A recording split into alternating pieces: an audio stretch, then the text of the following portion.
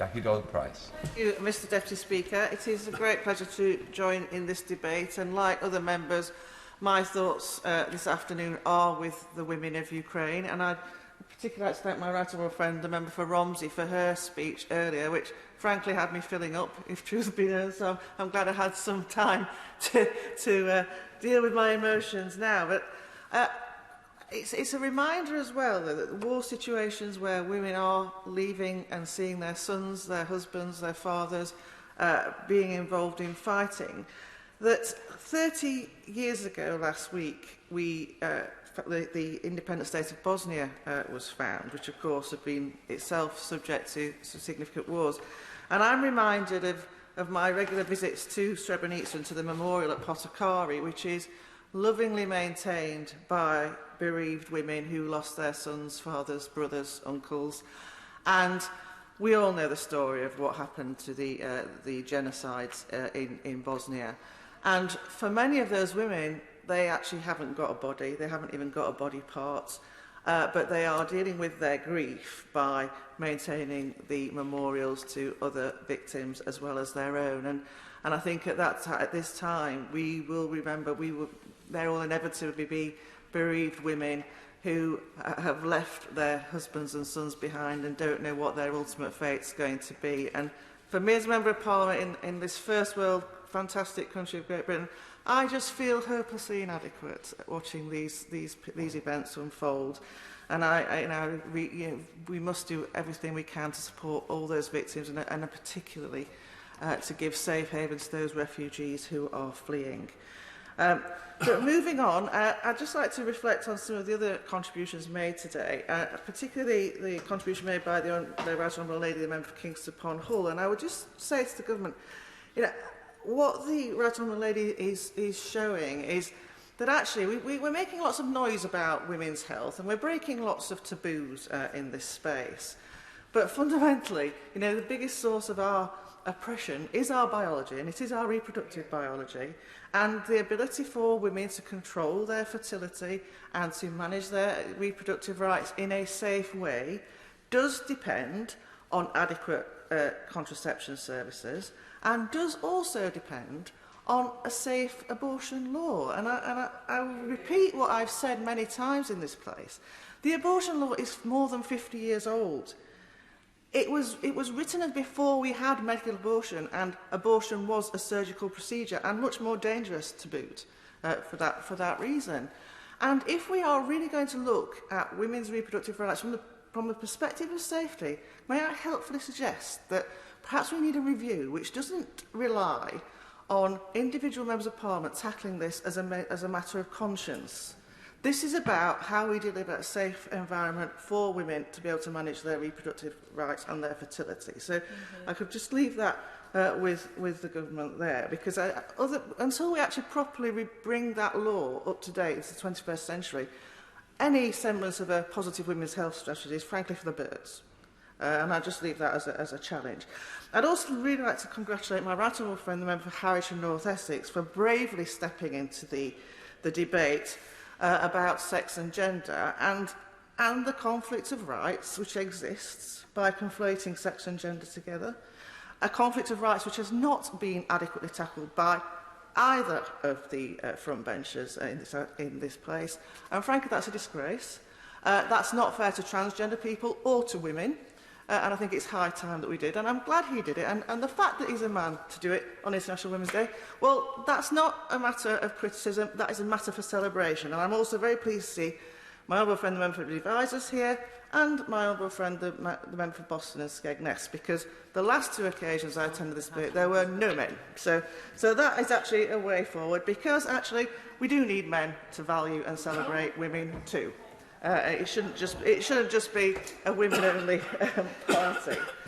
But turning out as... Yes, indeed. Father of the House is also present.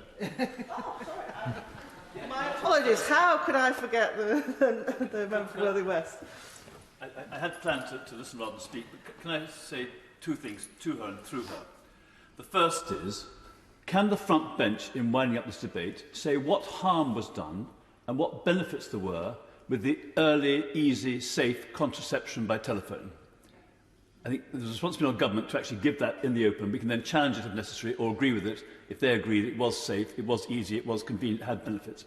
Secondly, on the issue of sex and gender, can I agree with her that people need to speak much more openly, and that those who go calling people like Professor Kathleen Stock a dangerous extremist for her book Material Girls clearly haven't read it, because she, Joe Phoenix and others have written very plainly and sympathetically about trans people, but also determinedly that sex matters and women should be safe and feel protected.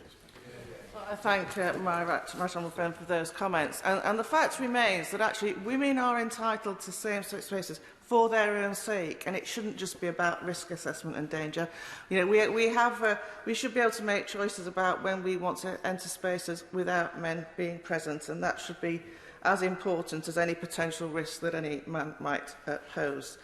Turning now to the substance of my comments this afternoon, though, I really want to focus on the criminal justice system if we're talking about breaking the bias. And I do so in my capacity as chairman of the all-party group on women in the penal system.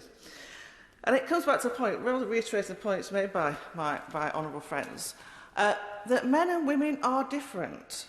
And our laws need to reflect that, and our criminal justice system in particular needs to reflect that. And we've had a real move towards gender neutrality in how we approach public service delivery and how we approach law. But standing here on a debate to commemorate International Women's Day, I tend to view gender neutrality as just another way of centering men, because it's making us all the same. And nowhere is that more obvious than in the criminal justice system. We have a penal system built on prisons, based on the principle that you incarcerate violent and dangerous men, and that has been approached to women. And you know, we've seen study after study that has shown that prison is not the best place for women offenders, because more often than not, women offenders are more vulnerable than their male counterparts. Call me a pink-hearted liberal, but I tend to view our prison population as full of people who have been failed by the state, and that's a matter of shame for me. And that's particularly the case when it comes to women. We know that there's high rates of illiteracy and innumeracy by our prisoners, so you know, how else are they going to get on in life? We know that there's a huge number of people who've been through the care system, where they've been through care and then been left on the scrap heap. And in the case of women, we know many of them are victims of sexual abuse. And in that context, prison is not the best place for them. And we've seen study after study which has shown this.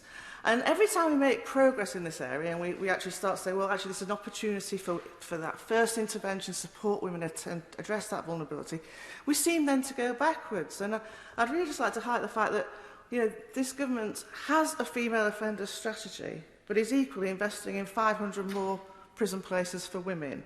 And I really do think we need to properly join the dots on this and use the opportunities to make interventions to support women and break that cycle of offending, because we all know that once someone has been incarcerated, the chances that they then embark on a lifetime of reoffending and re-entering prison is very high, and that's not good for them, but it's not good for society either, and neither is it good for the taxpayer. So we just do need to get this right. We know also that many of the women don't actually belong there in the first place. And one of the issues I've been taking up with the Ministry of Justice is the extent to which women are remanded in prison for their own protection, which at a time when we have a mental health policy which has been removing police cells and prisons from as places of safety, recognising these are not good environments for people who are mentally unwell, we are still remanding women in prison for their own safety. Now, I thought this was only going to be a small number of women. I thought probably no more than a dozen a year, because having raised this with the government, I couldn't get any data on it. However, Her Majesty's Prisons Inspector visited 3 prisons last year, and in total found 68 women who'd been remanded in prison for their own protection. These were not people who committed an offence. This was not a punishment. Totally inappropriate for a country like this to be remanding women in prison for that purpose. And that's just in 3 prisons in total. So across the whole system, we know that women being remanded for their own protection are a significant proportion of the prison establishment. And frankly, that's not good enough. I'm ashamed of it, and I really do call on the government to do better on it. And my criticism actually isn't with the Ministry of Justice.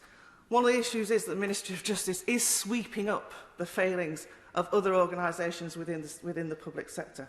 They're sweeping up the ability of local authorities to offer safe spaces for women to be sent to when they're at risk. Mental health services are sweeping up that failure by the Department of Health. And I would encourage the Ministry of Justice to actually be rather more robust in its dealings with other departments and say, actually, do you know what? These aren't our problems, they're yours. And we should not be dealing with vulnerable people within our estate. The other side, of course, of the criminal justice system, where women are particularly negatively impacted, is as victims. And you know, we've had a number of debates in recent weeks about the poor prosecution rate for sexual violence, crimes and rape in particular. And having spoken to victims, I mean, one of the reasons for this is that they are treated as a piece of evidence in terms of that prosecution. So it's not something, you know, having gone through trauma, to have to constantly relive it in a dehumanising way isn't going to be the best way of making sure that we bring people to punishment. So we've really got to look at that. I know there's been a lot of investment in services here, but we've still not got it right. But my biggest challenge on that is actually who the victim is who is more likely to get justice, because we've seen over and over again, we've had reference earlier in this debate to victim blaming, but, and this is at the heart of it. We see over and over again that assumptions are made about victims that really impede their ability to get justice. You know, white working class girls in northern towns and cities were victims of abuse for many years before public authorities would properly turn attention to it, because they weren't prepared to give that challenge. I'd also highlight, you know, what we loosely describe as honour killings. Honour killings. What kind of a phrase is that for people who are murdered? Murdered by their families, who should be loving them and keeping them safe. And we call them honour killings. Honour, a positive word. Killing for a murder. I mean, that very phrase is an absolute illustration of discrimination against those victims. I'm actually getting very emotional just thinking about it. But again, in the context of the list that the Honourable Member for Birmingham Yardley read out, I know we don't have to make much of a study to realise what the social economic background of most of those victims is, because the only ones we ever read about in the papers are nice, white, middle-class people with professional backgrounds. They're the ones that the media get excited about. You know, people who engaged in prostitution disappear every week. Not a column inch. Not a column inch. But these are victims. These are people who are victims. These are women who are victims of male violence against women and girls, by the way. Let's not pussyfoot around this. This is a gendered crime. And my honourable friends who are here, I know, won't take offence when I point out that these are crimes committed by men. And this is exactly what we need to face up to, because we are not going to tackle this issue unless we tackle it as a society. And that means men stepping up too. Yes, I will.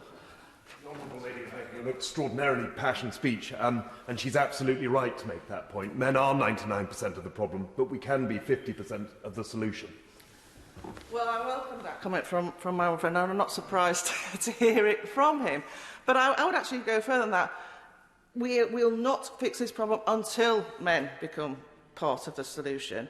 And I'm afraid the government needs to stop pussyfooting around talking about violence against women and girls. And let's say it for what it is. It's male violence against women and girls.